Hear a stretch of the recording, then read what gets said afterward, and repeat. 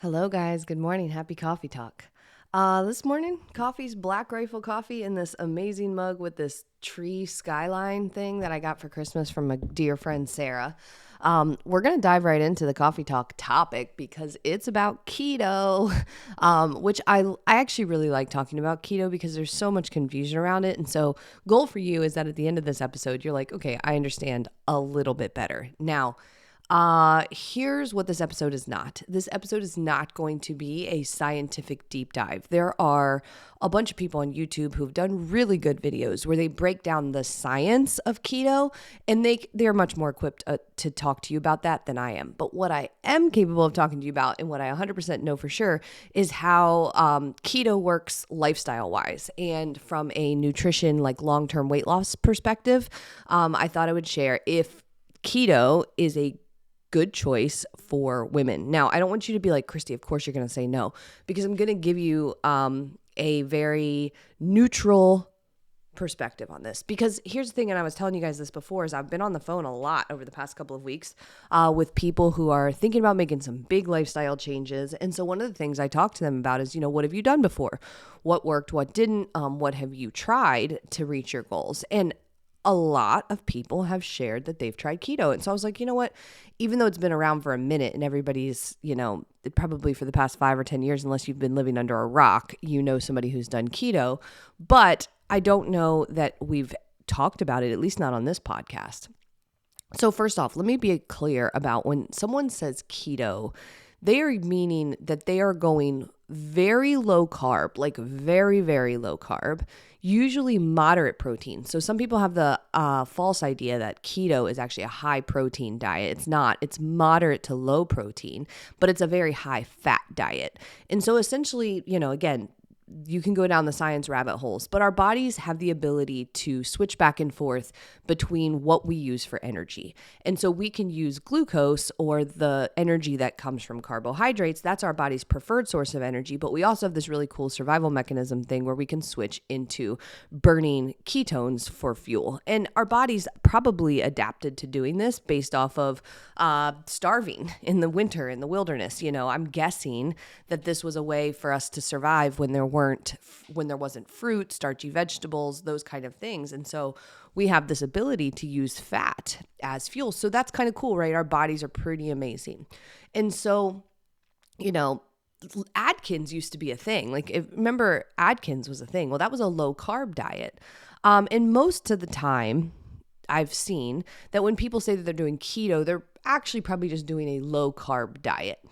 So why does it work well for some people in the beginning? Again, I'm giving you a very neutral perspective, and hopefully at the end of this you can have more information and use that information. So why does it work well for some people? Well, here's what happens. When most people start keto, they understand they're not supposed to eat carbs. So that is a very simple framework to try to lose weight. It's not complicated. You don't have to know everything about everything under the sun. You just have to know, I'm not supposed to eat carbs. So that's something that you can understand and you can stick to. So what typically happens in the beginning is if someone's eating sort of all of the processed junk or sort of just overdoing it, they're overweight and they're like, I'm going to do keto. They remove a whole bunch of different kinds of food. So they're going to remove bread, pasta, muffins, donuts, chips, potatoes, you name it, right? All the carbs, fruit, sugar, all of these things will, of course, if you remove a whole bunch of different food, your calories are going to go down. Plus you're removing a ton of sugar, a ton of processed junk. You're going to lose weight. And that's what happens. And so people lose weight typically in the beginning because they understand how to stick to it. They say like, oh, I know what I'm supposed to do. I'm supposed to eat keto. I'm not supposed to have carbs. So I can have these things. And so they're removing a ton of calories and potentially, junk food, sugar and chips and all sorts of stuff. So in the beginning, people see weight loss, and depending on how long they stick with that and how long they're in that calorie deficit, they can see a lot of weight loss. And in their mind, they're like, oh, this was the magical solution for me. All I needed to do was go low carb. But if you look at it from a nutrition perspective, like all you really needed to do was get into a calorie deficit and remove a lot of this junk food and sugar. But you did it through You did it through removing carbs. So why is that bad? Well, it's not necessarily bad. Here's the thing. If that is a framework that you can remember and you're planning to never eat carbs again, to be honest, there's nothing wrong with that, especially if you're not doing high intensity exercise. And so if you're like, I like the low carb lifestyle, this helps me make good choices. Like I just don't overdo it on all of these carb choices. I'm able to stick with it. Guess what? If you've been doing this for multiple years and it's working for you, it's working for you. I'm not going to tell you that it's not working for you. If you're able to stick with it, you eat a variety of different foods, you're getting really good nutrition, you're not doing super high intensity exercise, and you're not having any consequences like hormonal side effects, well, guess what? It does sound like it's working for you. The problem that I see for most people who try something like keto is that at some point, what happens is they miss the old food that they used to have. So here are two potential problems that I see with doing a diet that removes an entire category. So an entire macronutrient. So we're removing carbs, right? So just blanket carbs are not good. There's two problems that I see. First off, most of the time people get sick of it. So they miss their French fries, they miss their bread, they miss their muffins. So then they start looking for replacements. And thank goodness the food industry has met us exactly in that spot. You are inundated at the grocery store with keto food selections. And so what happens is people start to replace, okay, now I'm going to buy the keto bread. I'm going to buy the keto muffins. I'm going to buy the keto tortillas. I'm going to buy the keto chips. Well, what you've done is you've essentially reintroduced all of those calories back. You've just reintroduced them in a low carb format. So typically the weight loss stops when this happens. Why? Not because of carbs, but because you reintroduced calories to the point that you're no longer losing weight. And so now you're eating keto food. And it's the same food you've always been eating. It's the same, eating behaviors, nutritional habits that you've always had. You're just doing it in a low carb style. So you really haven't shifted anything, which is why it stops working. So then people start to either gain the weight back or the weight loss stops. But there are some consequences for some people.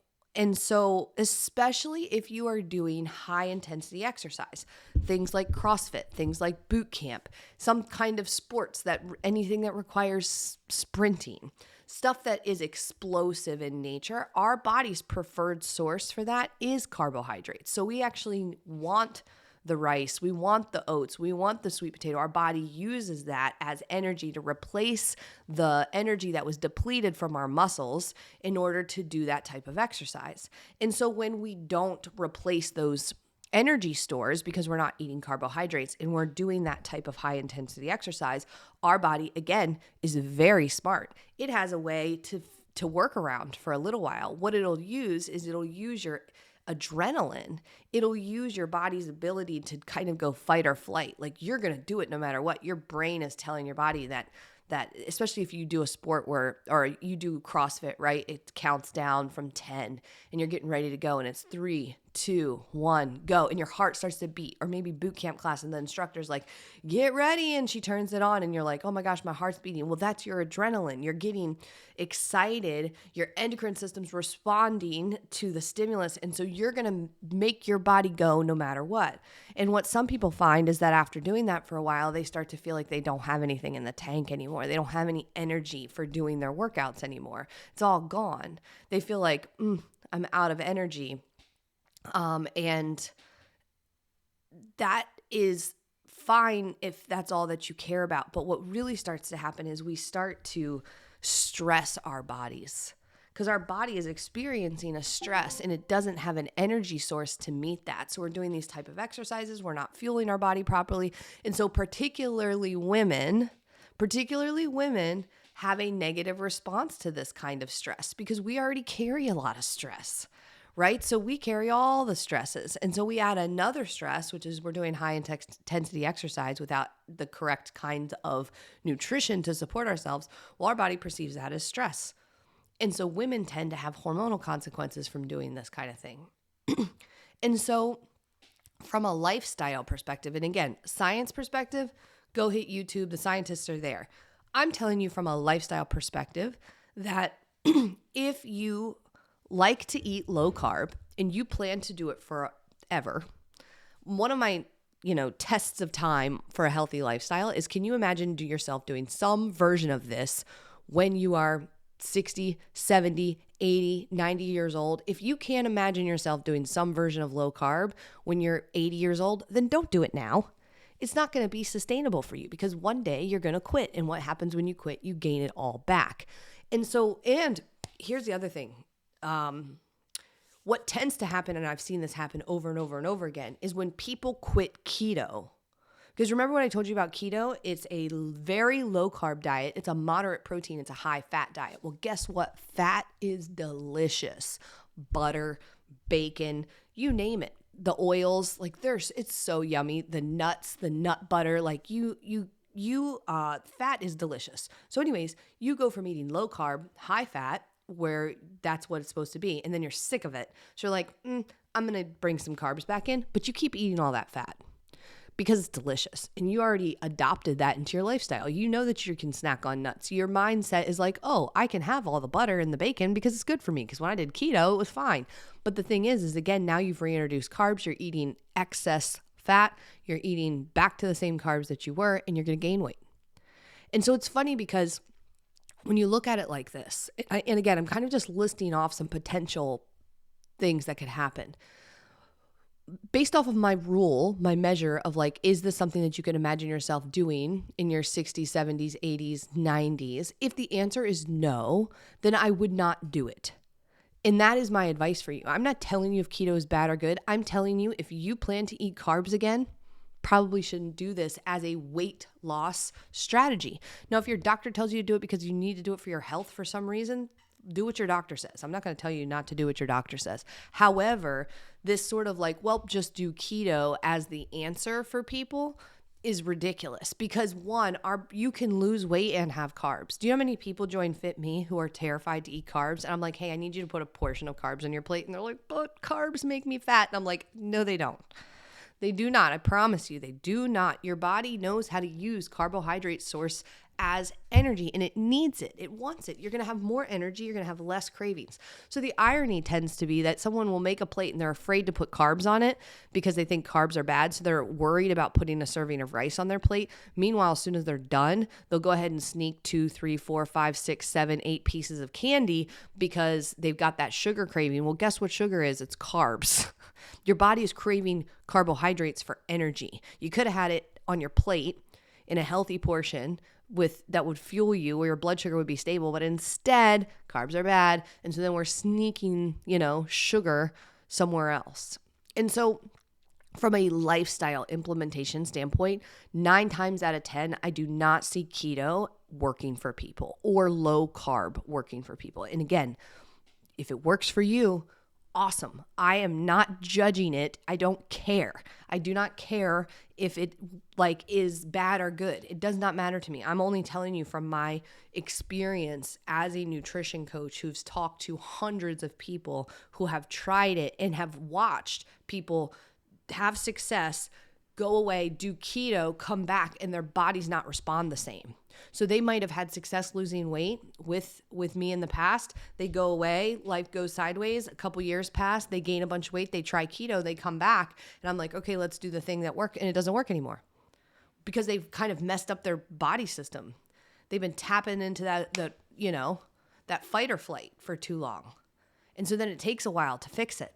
So from a lifestyle standpoint, I don't see it working for very many people. I have, of all of the people that I know, from being a coach, from just my friends, from traveling, from moving all over the place with the Navy, I know one person who has adopted this as a lifestyle and it works for her. She does awesome with it. And I'm pumped for her. I don't ever say anything bad. So it could work, but there's lots of reasons why it might not. And that it's probably not worth your time. And that there's way better choices. How about just balanced meals with portion sizes? That'll work. And then if you do that enough, then when you go out to eat sometime and you want to have some French fries or some mashed potatoes or a milkshake, you're not cheating on your low carb diet. You just eat well, and sometimes you have treats. That is sustainable. That's how I want you to be when you're 80 years old. I just eat well, and sometimes I have treats. Maybe when you're 90, you have more treats than you let yourself when you were 50 or 40, but the basic premise is the same. You could do some version of that when you're 90 years old because it's a healthy lifestyle choice, not a fad diet gimmick. And again, there are health and nutritional reasons why someone might be going low carb. I'm not talking about that. I'm talking about using it for weight loss as a diet. And this is what I see happen. So anyways, I know not always coffee talk is this practical. I like to get into like the thinking behind things and all of that. But today I wanted to give you a very practical episode. I wanted to talk to you about keto. It's come up a lot lately, and hopefully this is helpful and you learned something. So if you like this episode, you want me to do more on these kind of things, let me know. And if you haven't done so, subscribe to Fit Me Coffee Talk on your favorite podcast platform. It means a lot if you listen, and so thank you so much for subscribing. If you have a quick minute today and have time to give me a rating or review, that would be so helpful. I know that is how the podcast platforms decide like where to send the podcast is based off of ratings and reviews, and so it would mean a lot to me. If you get something out of these episodes, drop me a rating or review on your podcast app, and that would be so helpful. And if you're not a part of a Facebook group yet, come on over. Fit Me Nutrition Boot Camp starts today, and you could be a part of it. It's not too late to join. Even though we're starting today, you actually have 14 days to complete the 10 days of boot camp. So I'm going to let people sign up for a couple more days, and then I will close the doors probably Wednesday night. So hopefully you are a part of it already, and if not, then come join us. Fit Me Community Facebook group, and request to join the group. I'll add you. We can add you to boot camp. I will talk to you guys later. Take care. Bye.